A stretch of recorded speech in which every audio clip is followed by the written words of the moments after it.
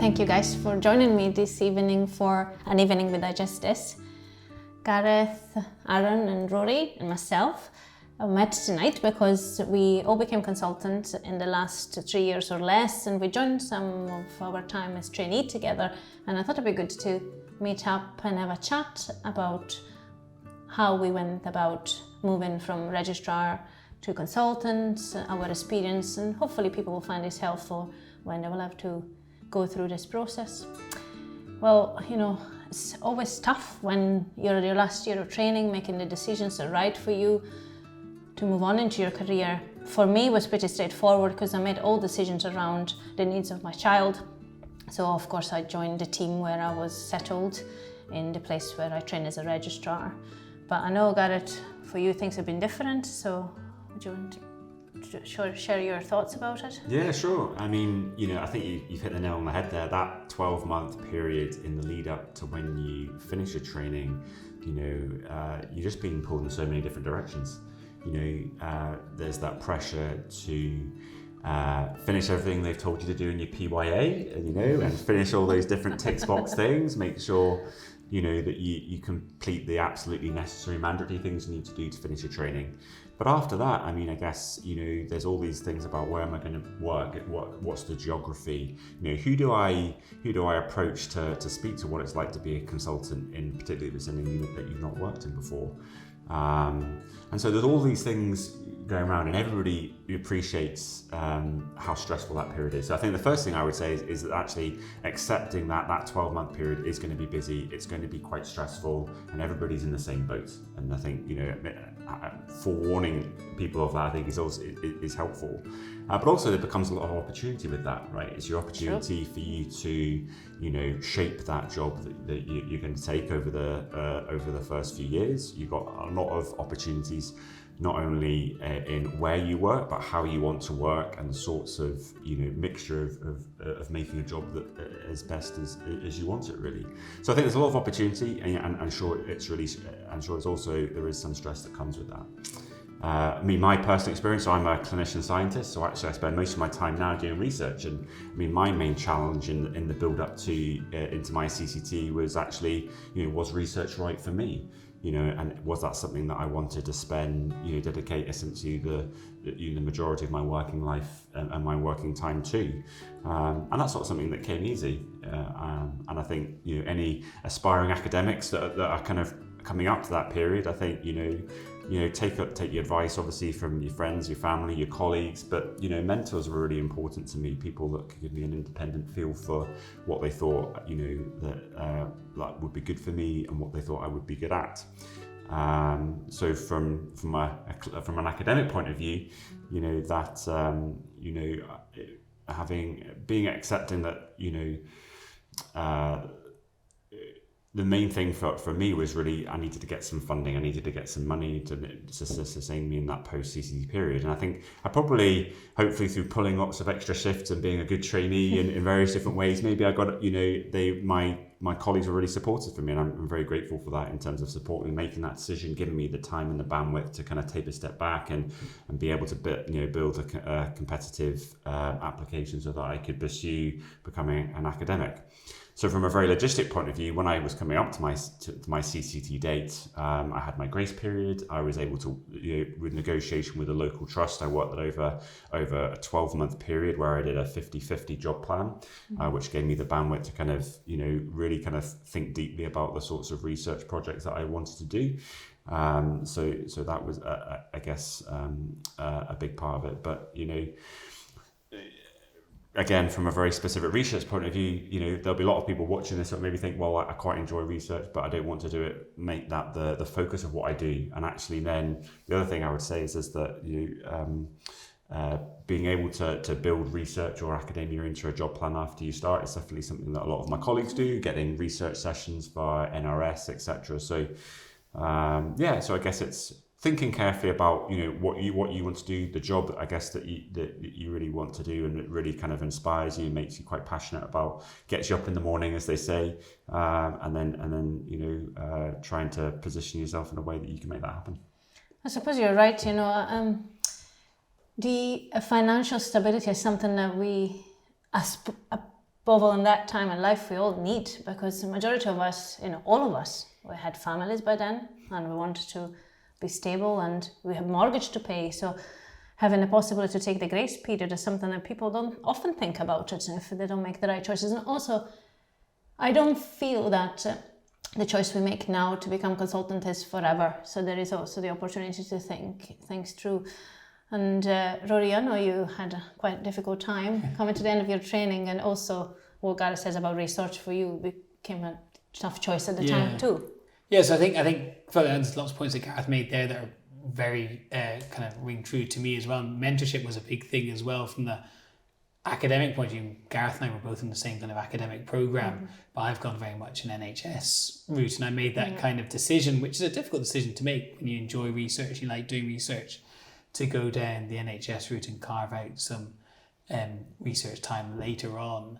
I think the important thing for me coming towards the end of my training was realising that to do the job that I wanted to do, which is kind of quite hepatology heavy, was finding somewhere to do that. And I think that's a big thing, is finding a job that will give you that satisfaction, as Gareth kind of alluded to, that doing the basic science was very important for him, but the having that job satisfaction and doing something that really interests you and finding that job, and not, I don't think, just kind of settling for something because it's necessarily the easy route to go down is always the best option at that point in time. So I moved away from, I did my training in Edinburgh and then moved to Dundee for my consultant post, and it's been a great move, the great department, and I'm doing primarily hepatology now, and I do endoscopic ultrasound as well, and I've carved out a job plan that is really interesting, gets me up in the morning, keeps me interested in my job, and moving forward doing research, got research time now as well. So I think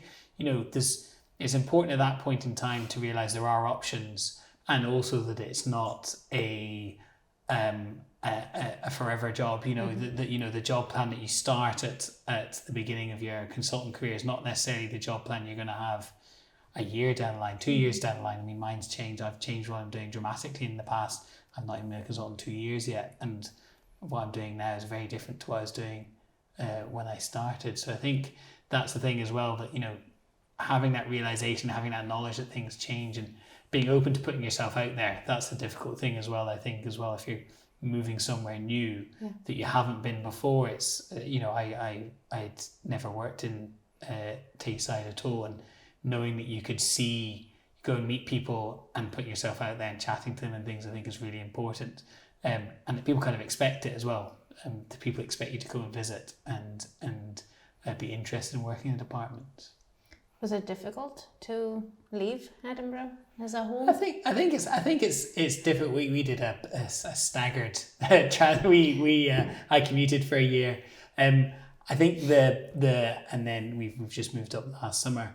I think it's change is never easy, and changing from somewhere where you've done all your training, or the majority of your training, to going somewhere completely new, where no one knows you and you don't know that many people.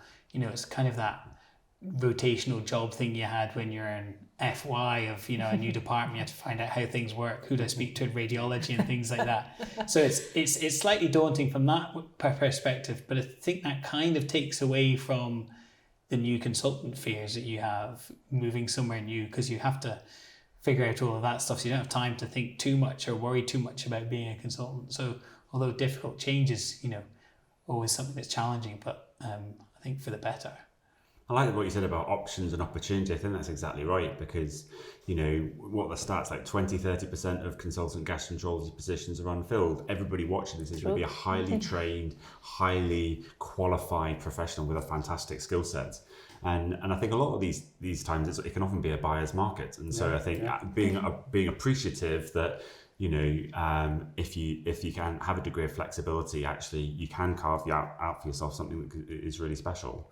So with that kind of challenge and that stress of moving, also there is, I guess, you will say a lot of options and opportunity to kind of, to do something that really kind of is good for you and your family.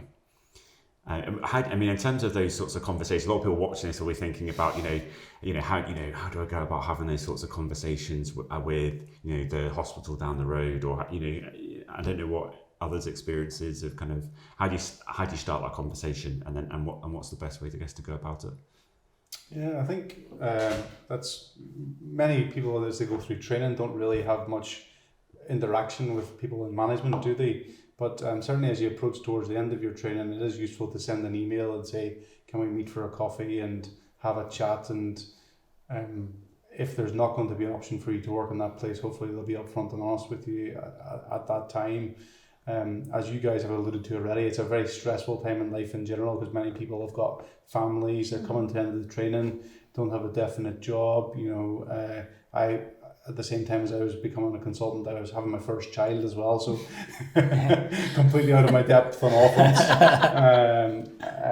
But you do have to have these conversations, and hopefully throughout your training you'll have developed a sort of unique selling point that will mean that you are employable in areas that you want to be. I think the last stat from the BSG workforce survey was it was closer to 50% of posts were unfilled. So very much it is a buyer's market, but equally you have to decide where you want to work and what you want to be doing, and hopefully you can find a fit for that. For me, I stayed in the place that I trained, and even though I was assured that there was a job coming, that took a lot longer than I had initially been told.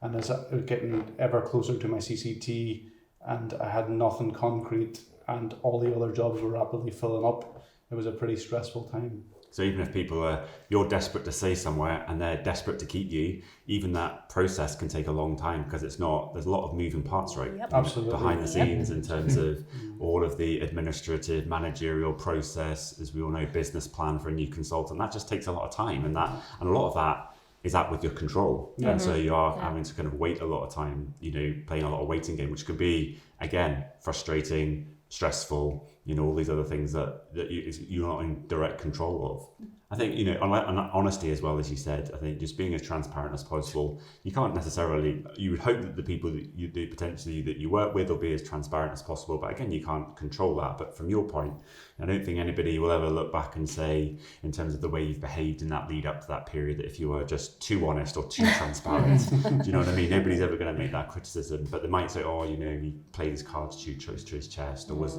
led a few people on in lots of different departments. I think if you know what you want and you tell people and you're transparent, I think that can only be to your credit. I think anyway.